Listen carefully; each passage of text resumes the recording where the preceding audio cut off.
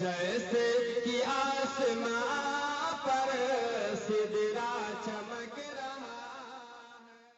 بسم اللہ الرحمن الرحیم. الحمد للہ وکفا وسلام علی عبادہ الذین اصطفى. اما بعد فاعوذ باللہ من الشیطان الرجیم. بسم اللہ الرحمن الرحیم. قال رب السجن احب الی مما يدعوننی الیہ وإلا تصرف عنی کیدہن اصب الیہن واکن من الجاہلین. فاستجاب له ربه وصرف عنه كيدهن إنه هو السميع العليم. ثم بدا لهم من بعد ما رأوا الآيات ليسجننه حتى حين. میرے بھائیوں اور دوستوں اور ماؤں بہنوں، تو یہ یوسف علیہ السلام کا واقعہ چل ہی رہا تھا کہ عزیز مصر کی بیوی نے عورتوں کو دعوت دی کہ میرے یوسف کے حسنوں کو دیکھو. جب انہوں نے حضرت یوسف کے حسن و جمال کو دیکھا تو قابو نہ ہو سکا اور اپنی انگلیوں کو کاٹ لی. تو وَلَقَدْ رَاوَدتُّهُ عَنْ نَفْسِهِ فَاسْتَعْصَمَ. اور یہاں زلیخا نے حضرت یوسف علیہ السلام کی برات کی گواہی بھی دے دی، لیکن یہ بھی کہا کہ وَإِن لَّمْ يَفْعَلْ مَا آمُرُهُ لَيُسْجَنَنَّ وَلَيَكُونًا مِّنَ الصَّاغِرِينَ. اگر آئندہ میرا کہنا نہیں مارے گا یوسف تو میں اس کو قید میں ڈال دوں گی اور وہ بے عزت ہو کر رہے گا.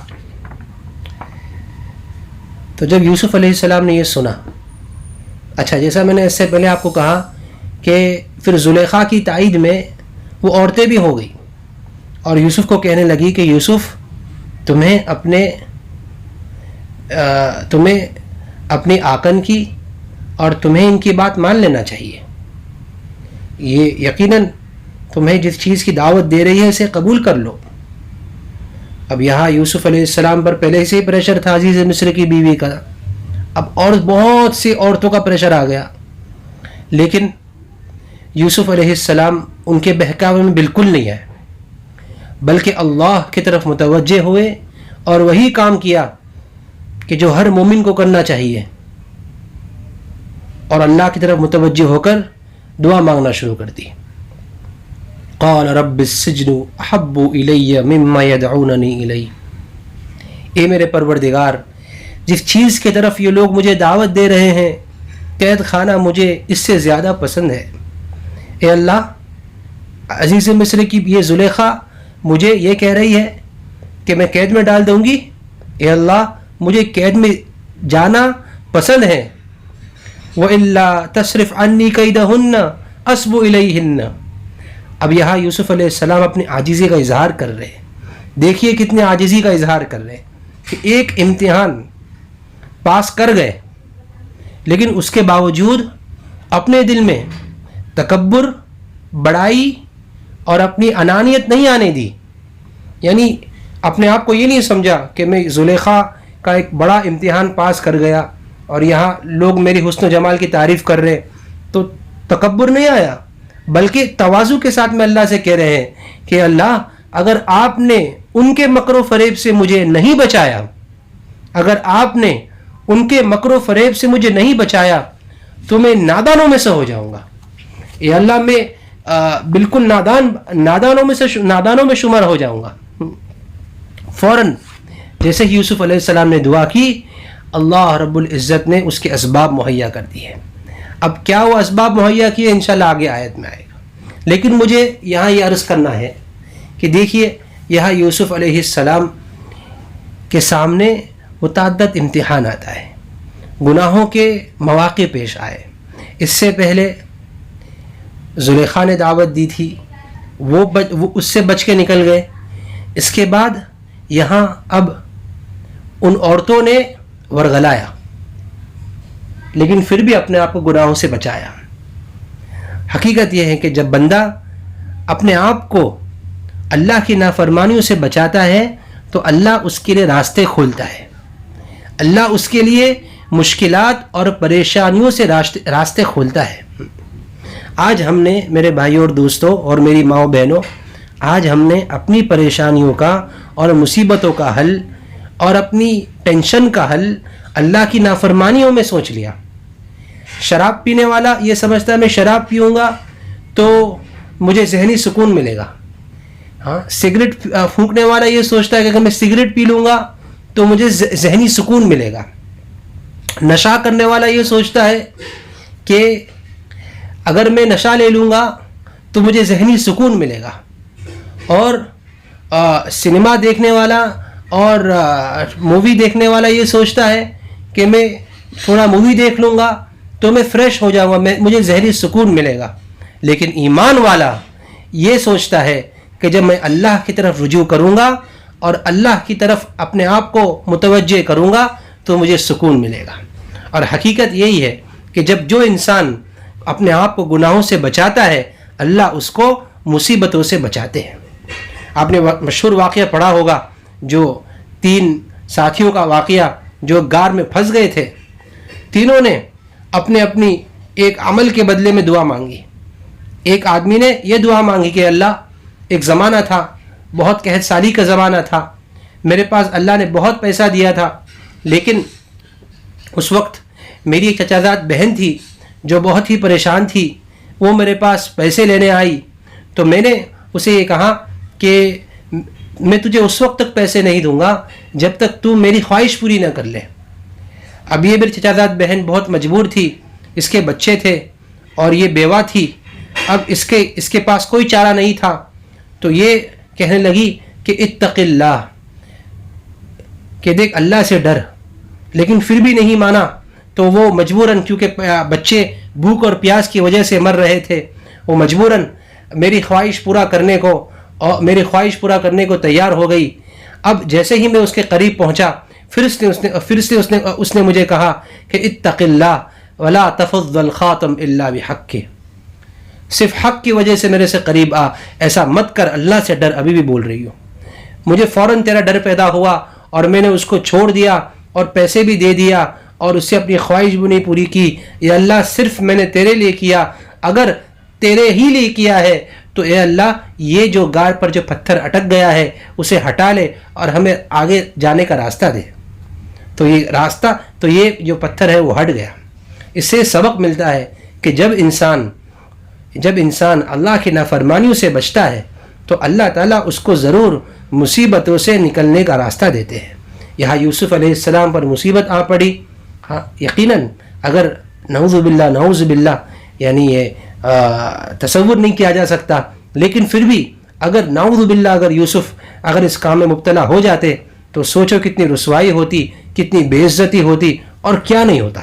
لیکن یوسف علیہ السلام کو اللہ نے، چونکہ برگزیدہ پیغمبر تھے، یوسف علیہ السلام کو اللہ نے ان حرکتوں سے بچایا اور اللہ کی طرف یوسف علیہ السلام متوجہ ہوئے اور پھر یہ کہا کہ اللہ، قید میں جانا مجھے بہتر ہے۔ اس سے یہ پتہ چلتا ہے کہ انسان کو، جیسے میں نے بار بار آپ کو متوجہ کیا اس کی طرف، کہ انسان کو گناہ کا ماحول چھوڑ دینا چاہیے، کہ ہر حال میں یعنی کچھ بھی ہو جائے گناہوں کا ماحول چھوڑ دینا چاہیے۔ اس لیے اللہ سے متوجہ ہو کر دعا مانگنے لگی۔ یہاں جب یوسف علیہ السلام، روایتوں میں آتا ہے کہ جب یوسف علیہ السلام کو اللہ رب العزت نے قید میں ڈال دیا، جب وہ قید میں پہنچ گئے تو اس وقت اللہ رب العزت نے وحی بھیجی کہ یوسف، تم نے مجھے اپنی دعاؤں میں قید کرنے کو کہہ دیا اور ہم نے تمہیں قید میں ڈال دیا، اگر تم مجھ سے عافیت مانگتے تو ہم تم کو عافیت بھی دیتے، ہم تم کو گناہ سے بھی بچاتے اور ہم تم کو عافیت بھی دیتے، لیکن تم نے ہم سے قید مانگ لی تو ہم نے آپ کو قید میں ڈال دیا۔ اس سے معلوم ہوا کہ بندے کو اللہ سے ہمیشہ عافیت مانگنی چاہیے۔ ہاں، کہیں کوئی آدمی اس سے استدلال نہ کرے کہ بھائی قید میں جانا بہتر ہے، جیل میں جانا بہتر ہے۔ نہیں، جیل میں جانا، جیل تو آزمائش کی جگہ ہے، جیل تو امتحان کی جگہ ہے، جیل تو تکلیف کی جگہ ہے۔ کسی بندے کے لیے مناسب نہیں ہے کہ اللہ سے تکلیف کی دعا مانگے، اللہ سے مصیبت کی دعا مانگے۔ یہ تو یوسف علیہ السلام چونکہ اصل میں زلیخا نے جب یہ کہا کہ میں قید میں ڈال دوں گی تو اللہ سے دعا مانگی کہ اللہ قید میں جانا بہتر ہے یہ ان عورتوں کے چکروں میں پڑنے سے، تو وہ اللہ رب العزت نے یہ دعا قبول کر لی۔ تو بندے کو تو عافیت مانگنی چاہیے، بندے کو اللہ سے عافیت مانگنی چاہیے۔ حدیث میں آتا ہے کہ صلی اللہ العافیہ، کہ اللہ سے عافیت مانگو، اس لیے کہ عافیت سے بہتر کوئی چیز بندے کو نہیں دی گئی ہے۔ عافیت سب سے بہتر چیز ہے جو ایک بندے کو دی جائے، اس لیے اللہ سے عافیت مانگنا چاہیے۔ اب یہاں میں ایک بہت ہی اہم بات کی طرف ہم آپ لوگوں کو اور اپنی ذات کو بھی متوجہ کرنے کی کوشش کرتا ہوں کہ دیکھیے یہاں یوسف علیہ السلام نے اللہ سے دعا کی۔ آج میری ماؤں بہنوں اور بھائیوں اور دوستوں، آج ہماری زندگی میں یہ دعا نکل گئی ہے۔ اللہ سے ہم بہت کم ہی دعا مانگتے ہیں، بہت کم دعا مانگتے ہیں، بہت کم دعا مانگتے ہیں۔ حالانکہ حدیث میں آتا ہے کہ لیس شیء اکرم علی اللہ من الدعاء، کہ کوئی بھی چیز اللہ کے یہاں دعا سے زیادہ پسندیدہ نہیں ہے۔ اللہ اکبر، کوئی چیز دعا سے زیادہ پسندیدہ نہیں ہے۔ اب آپ کہو کہ عبادت بھی، تو نبی پاک صلی اللہ علیہ وسلم فرماتے الدعاء هو العبادہ، دعا ہی اصل عبادت ہے، یعنی اصل عبادت کی جڑ جو ہے وہ دعا ہے، کیونکہ دعا کا مقصد ہوتا ہے اللہ کی طرف عاجزی اور اللہ کے سامنے جھکنا، یہ دعا کا مقصد ہوتا ہے۔ اور یہ دعا کے اندر یعنی عبادت کا مقصد یہی ہوتا ہے کہ انسان جب نماز پڑھتا ہے تو مقصد ہوتا ہے اللہ کی عبادت، ہے نا، اور ہر چیز کے اندر عاجزی، انکساری، اللہ کی طرف جھکاؤ، اور یہ تمام چیزیں دعا میں اکمل طریقے سے اور مکمل طریقے سے پائی جاتی ہے۔ اس لیے نبی پاک صلی اللہ علیہ وسلم ارشاد فرماتے من لم یسأل اللہ یغضب علیہ، اللہ اکبر، جو اللہ سے مانگتا نہیں ہے، جو اللہ سے دعا نہیں کرتا تو اللہ ناراض ہو جاتے ہیں۔ آج مخلوق کو دیکھیے، اگر جو انسان مخلوق سے مانگے گا تو وہ مخلوق ناراض ہوتی ہے، لیکن جو اللہ سے مانگے گا اللہ خوش ہوتے ہیں۔ ہاں، اسی وجہ سے فرمایا کہ ان ربکم تبارک و تعالی حی کریم یستحیی من عبدہ اذا رفع یدیہ الیہ ان یردہما صفرا، کہ بے شک تمہارا رب بہت ہی باحیا ہے اور بہت ہی کریم ہے، اور اسے حیا آتی ہے اس بات سے کہ جب بندہ اللہ کی طرف ہاتھ اٹھائے تو اللہ اسے خالی ہاتھ لوٹا دے، حیا آتی ہے۔ جیسے ایک کریم آدمی ہوتا ہے، ایک شریف آدمی ہوتا ہے، ایک سخی آدمی ہوتا ہے، تو اس کے سامنے اگر کوئی کچھ مانگتا ہے تو وہ دینا، وہ خالی ہاتھ لوٹانا اپنی شان کے خلاف سمجھتا ہے، وہ خالی ہاتھ لوٹانے سے شرماتا ہے، کچھ نہ کچھ دینے کا اسے من کرتا ہے۔ تو اللہ تعالیٰ تو کریموں کے کریم ہے، اللہ تو سخیوں کے سخی ہے، تو اللہ تعالیٰ یہ کیسے ہو سکتا ہے بندہ جب اللہ کی طرف ہاتھ اٹھائے تو اللہ خالی ہاتھ اسے واپس لوٹائے۔ اس لیے اللہ رب العزت سے دعا مانگنی چاہیے، اللہ رب العزت کی طرف دعا کا اہتمام کرنا چاہیے۔ آج ہماری زندگی دیکھیں، یہاں اگر اللہ تعالیٰ، یہ ظاہر بات ہے کہ اللہ کے برگزیدہ بندے تھے، اگر یہ اچھا یہاں میں آپ کو ایک بات کی طرف متوجہ کروں کہ یوسف علیہ السلام نے یہ دعا کی تھی، یہ اپنے دل ہی دل میں کی تھی، سب کے سامنے نہیں کی تھی، بلکہ دل ہی دل میں اللہ کی طرف یہ دعا مانگی تھی۔ اس سے سمجھ میں آتا ہے کہ اصل چیز جو ہے نا وہ دل کی دعا ہے، اصل چیز جو ہے وہ دل سے اللہ سے مانگنا ہے۔ ہاں، آج صورت دعا تو کا ہر ایک اہتمام کرتا ہے، ہاتھ اٹھاتا ہے، قبلے کی طرف متوجہ ہوتا ہے، ٹوپی نہیں تو ٹوپی پہن لیتا ہے، ہاں اوڑھنی نہیں ہوتی ہے تو ہماری بہن اوڑھنی اوڑھ لیتی ہیں۔ صورت دعا کا ہر کوئی اہتمام کرتا ہے، لیکن حقیقت دعا کا بہت کم اہتمام کرتے ہیں۔ ہاں، حدیث میں ہے کہ ادعوا اللہ وانتم موقنون بالاجابہ، سب سے پہلا ادب دعا کا، میں آپ کو دعا کے آداب کی طرف بھی متوجہ کروں کہ سب سے پہلا ادب جو دعا کا ہے وہ کیا ہے؟ ادعوا اللہ وانتم موقنون بالاجابہ، کہ اجابہ یعنی اللہ تعالیٰ کی طرف سے دعا کے قبول ہونے کا یقین ہو انسان کو، کہ اللہ تعالیٰ ضرور دعا قبول کریں گے۔ اس لیے کہ قرآن میں ہے اذا سألك عبادی انی فانی قریب اجیب دعوت الداعی اذا دعان، میرے بندے اگر میرے بارے میں تم سے پوچھے تو کہہ دو کہ میں قریب ہوں ان سے۔ حدیث ایک جگہ ہے قرآن میں، نحن اقرب الیکم من حبل الورید، ہم تمہارے گردن کی رگ سے بھی زیادہ قریب ہے. ہاں، اجیب دعوت الداعی اذا دعان، پکارنے والا جب مجھے پکارتا ہے. یہ نہیں کہا کہ جب نیک بندہ پکارتا ہے یا اللہ کا ولی پکارتا ہے یا اللہ کا نبی پکارتا ہے، نہیں، چاہے وہ ولی ہو، چاہے کوئی عام آدمی ہو، چاہے وہ نبی ہو، چاہے وہ نبی نہ ہو، چاہے کوئی بھی ہو، جب پکارنے والا مجھے پکارتا ہے تو اب تو پھر فَلْيَسْتَجِيبُوا لِي وَلْيُؤْمِنُوا بِي، تو چاہیے کہ مجھ سے پکارے، وَلْيُؤْمِنُوا بِي، اور یقین رکھے. یہ ایک بہت بڑی چیز ہے. ہاں، وَأَنْتُمْ مُوقِنُونَ بِالْإِجَابَةِ، جس کی طرف میں آپ لوگوں کو کہہ رہا ہوں کہ یقین رکھے کہ اللہ تعالیٰ ضرور دعا کو قبول فرمائیں گے. یقین بہت ضروری ہے. انسان ایسے دعا مانگتا ہے اور یقین ہی نہیں ہوتا اللہ دعا کی قبولیت کا، نہیں، بلکہ یقین رکھے کہ اللہ تعالیٰ ضرور دعا کو قبول فرمائیں گے. تو فرماتے لعلہم یرشدون، تو اللہ تعالیٰ ان کو ضرور راہیاب کریں گے. اس لیے میری ماؤں بہنوں، اس دعا کو بڑا اہتمام کرنا چاہیے اور یقین کے ساتھ میں، اور اسی طریقے سے بالکل توجہ کے ساتھ میں دعا کرنی چاہیے. حدیث میں ہے کہ وَاعْلَمُوا أَنَّ اللَّهَ لَا يَسْتَجِيبُ دُعَاءً مِّن قَلْبٍ غَافِلٍ لَاهٍ، کہ جان لو کہ اللہ تعالیٰ دعا کو قبول نہیں فرماتے جو غافل دل سے ہوتی ہے. آج کتنے لوگوں کو ہم دیکھتے ہیں کہ ہاتھ قبلے کی طرف متوجہ ہیں، سر پہ ٹوپی ہیں، ہاتھ اٹھا ہوا ہے، لیکن یہ ہوا دیکھ رہے ہیں، یہاں وہاں دیکھ رہے ہیں، کبھی یہ کام کر رہے ہیں، کبھی وہ کام کر رہے ہیں، کبھی اس سے بات کر رہے ہیں، کبھی اس سے بات کر رہے ہیں. تو کہا کہ اللہ تعالیٰ ایسی دعا قبول نہیں کرتے. ایک مرتبہ موسیٰ علیہ السلام ایک آدمی کے پاس سے گزرے جو اللہ سے مانگ رہا تھا، بہت گر گڑا کر مانگ رہا تھا. تو موسیٰ علیہ السلام کو اس پر رحم آیا اور کہا کہ اگر اس کی حاجت میرے ہاتھوں میں ہوتی تو میں اس کی حاجت ضرور پوری کرتا. تو اللہ رب العزت نے موسیٰ علیہ السلام پر وحی بھیجے کہ موسیٰ، مجھے اس پر تیرے مقابلے میں مجھے زیادہ اس پر رحم آتا ہے، لیکن اس کا دل اس کی بکریوں میں اٹکا ہوا ہے، اس کا دل اس کی بکریوں میں اٹکا ہوا ہے، اور میں اس شخص کی دعا قبول نہیں کرتا کہ جس کا دل میرے علاوہ کسی اور میں اٹکا ہوا ہو اور مجھ سے مانگ رہا ہو. نہ، میں ایسی دعا کو قبول نہیں کرتا. تو موسیٰ علیہ السلام نے اس آدمی سے کہا کہ بھائی دیکھ، توجہ کے ساتھ میں دعا کر، تیرا دل ہے نا بکریوں میں اٹکا ہوا ہے، تیری دعا کیسی قبول ہو سکتی ہے؟ تو اس آدمی نے توجہ کے ساتھ دعا کی تو اللہ رب العزت نے اس دعا کو قبول فرمایا. تو اس سے معلوم ہوا کہ بالکل توجہ کے ساتھ میں، بالکل دھیان کے ساتھ میں دعا کرنی چاہیے. اسی طریقے سے یہ میں دعاؤں کے آداب بتا رہا ہوں تاکہ ہماری دعا، خصوصاً یہ جو ماہ رمضان ہے، یہ تو دعا کا قبول ہونے کا وقت ہے. حدیث میں آتا ہے کہ یعنی اللہ تعالیٰ روزے دار کی دعا قبول کرتے رہتے ہیں حتیٰ یفطر، یہاں تک کہ وہ افطاری نہ کر لے. یعنی روزے کی حالت میں اللہ رب العزت دعا کو قبول فرماتے ہیں.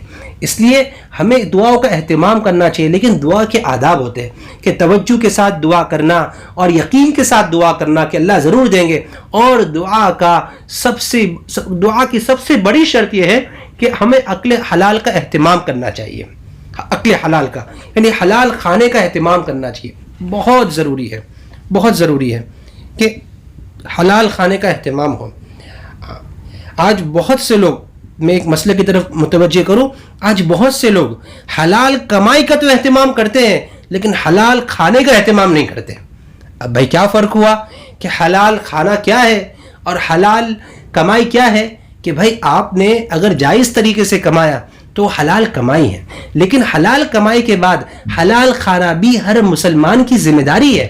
یعنی اسے معلوم ہونا چاہیے کہ جو گھر پر میرا گوشت آ رہا ہے، جو چکن آ رہی ہے، جو گوشت آ رہا ہے، تو کیا وہ حلال ہے؟ کیا شرعی طور پر ذبح ہوا ہے؟ آپ ذرا جا کر دیکھیں، اپنی مارکیٹ میں جا کر دیکھیں کہ کیسے غفلت کے ساتھ میں اور کیسی باتیں کرتے کرتے لوگ ذبح کرتے ہیں. لوگ چکن کو تو ایسا ذبح کرتے ہیں جیسا کہ کوئی گاجر مولی کاٹ رہا ہو، ایسے ذبح کرتے ہیں. یوں لیا کاٹا پھینکا، بات بھی کر رہے، بھاؤ بھی لگا رہے اور یوں کاٹ کے پھینک رہے. بتائیے وہ جانور کیسے حلال ہوگا جس پر اللہ کا نام نہ لیا گیا ہو؟ اب یہ چیزیں ہمارے پیٹ میں جاتی ہیں اور ہم اللہ سے دعا کرتے ہیں.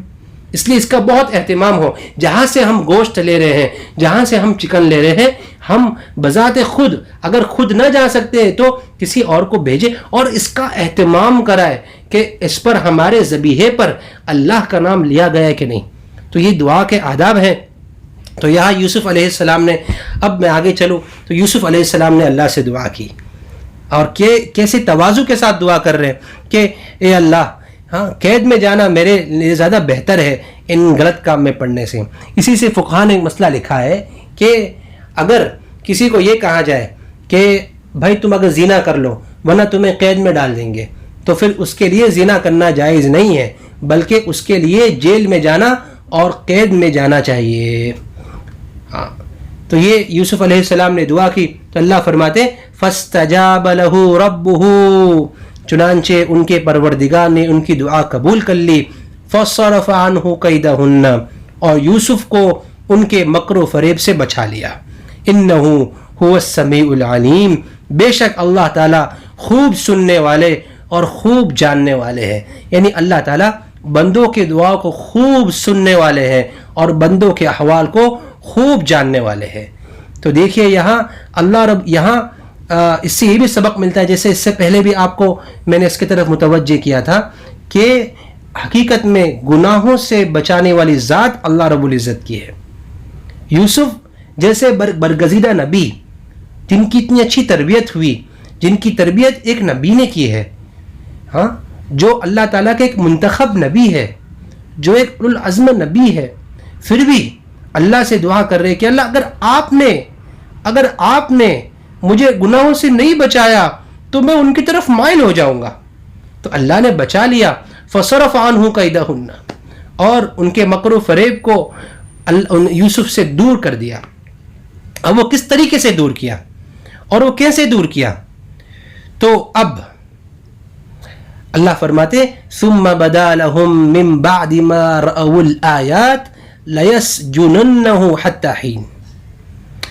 وہ لوگ یعنی عزیز مصر اور اس کے اہل دربار, یعنی اب مشورہ ہوا کہ اب یہ تو بہت بات آگے بڑھ گئی ہے. پہلے تو بات زلیخا تک تھی, ابھی تو بات پورے عورتوں تک چرچے ہو گئے ہیں, اب اس بات کو دبانا پڑے گا. تو اب اللہ فرماتے ہیں کہ وہ لوگ جو ثبوت دیکھ چکے تھے, یعنی عزیز مصر نے اور اس کے دربار والوں نے, اس کے بعد ان کی یہی بات مناسب محسوس ہوئی کہ یوسف کو ایک مدت کے لیے قید میں رکھ دے. اب یہاں سوال یہ ہوتا ہے کہ یوسف علیہ السلام تو بری تھے اور انہوں نے کوئی گناہ نہیں کیا تھا, اور ان کی براءت اور ان کی پاکیزگی تو اہل مصر پر بھی اور عزیز مصر پر بھی کھلی ہوئی تھی, لیکن ان کو قید میں کیوں ڈالا؟ تو اس کا جواب یہ ہے قید میں اس لیے نہیں ڈالا کہ وہ گنہگار تھے, بلکہ مصلحتاً ڈالا. ان کو قید میں مصلحتاً ڈالا گیا تاکہ یہ جو شور و گل ہو رہا ہے اور یہ جو چرچا ہو رہا ہے ختم ہو جائے. اور مفسرین نے یہاں یہ بھی لکھا ہے کہ یہاں اصل میں خود اپنی بیوی کو سزا دینا مقصود ہے, اس لیے کہ اتنے سالوں تک کے یوسف آنکھوں کی ٹھنڈک بنے ہوئے تھے زلیخا کے. ہاں زلیخا کے محل میں رہتے تھے, عزیز مصر بھی تھا, زلیخا بھی تھی, اور اتنے سالوں تک یوسف رہتے تھے. اب زلیخا سے ان کو دور کر دیا گیا تو یہ گویا کہ زلیخا کے لیے عذاب بن گیا. ہاں تو یہ اصل تو زلیخا کو عذاب دینا مقصود تھا. بہرحال اللہ جانے کہ کیا مقصود تھا کیا نہیں تھا, لیکن یہ بات پکی ہے کہ یوسف علیہ السلام کو جو قید میں ڈالا گیا وہ صرف مصلحتاً ڈالا گیا ہے, مصلحتاً ڈالا گیا کہ اب یہ سب چرچا ختم کرنے کے لیے, یہ سب اب چیمی گویا ختم کرنے کے لیے اور معاملے کو دبانے کے لیے اب ان کو قید میں ڈال دیا جائے. تو اب اللہ رب العزت کی طرف سے یہ ایک غیبی نظام تھا, چونکہ یوسف نے دعا کی تھی کہ اللہ ہم کو قید میں ڈال دیجئے, قید میں ڈالنا بہتر ہے, تو یہ اللہ کی طرف سے غیبی نظام بنا کہ اب یوسف کو قید میں ڈال دیا جائے. تو یوسف علیہ السلام کو ایک مدت کے لیے قید میں ڈال دیا گیا. اب اس کے بعد ایک واقعہ ہے کہ قید میں کیا ہوا اور قید میں یوسف علیہ السلام نے اپنی قیدی زندگی کیسے گزاری. اللہ اکبر. یعنی اس واقعے میں, یعنی اس یوسف علیہ السلام کے اس واقعات کے اندر ایک قیدی کے لیے بھی رہنمائی ہے کہ ایک جیل میں آدمی اپنی زندگی کیسے گزارے. اللہ اکبر. ایک جیل میں آدمی اپنی زندگی کیسے گزارے. اسی وجہ سے اس صورت کو احسن القصص کہا گیا ہے کہ انسان جب چھوٹا ہو اپنی زندگی کیسے گزارے، جب غلام ہو اپنی زندگی کیسے گزارے، جب قید میں چلے جائے اپنی زندگی کیسے گزارے. قید سے نکل کر یوسف علیہ السلام باہر آئے، ان کو بادشاہ بنایا گیا، تو ایک بادشاہ اپنی زندگی کیسے گزارے، ہاں ایک بھائی اپنے دوسرے بھائی کے ساتھ کیسا معاملہ کرے، ایک بیٹا اپنے باپ کے ساتھ کیا معاملہ کرے، یہ سب کی رہنمائی اس میں ملتی ہے. تو اب اس کے ان آیات کے بعد آنے والی آیات میں وَدَخَلَ مَعَهُ السِّجْنُ فَتَيَانِ، یہاں یوسف علیہ السلام نے قید میں رہ کر کیا امور انجام دیے اور کیا کیے اور اللہ کی طرف سے کیا نوازا گیا. تو انشاءاللہ ہم آئندہ کل انشاءاللہ تعالی ہم اس کو پڑھیں گے.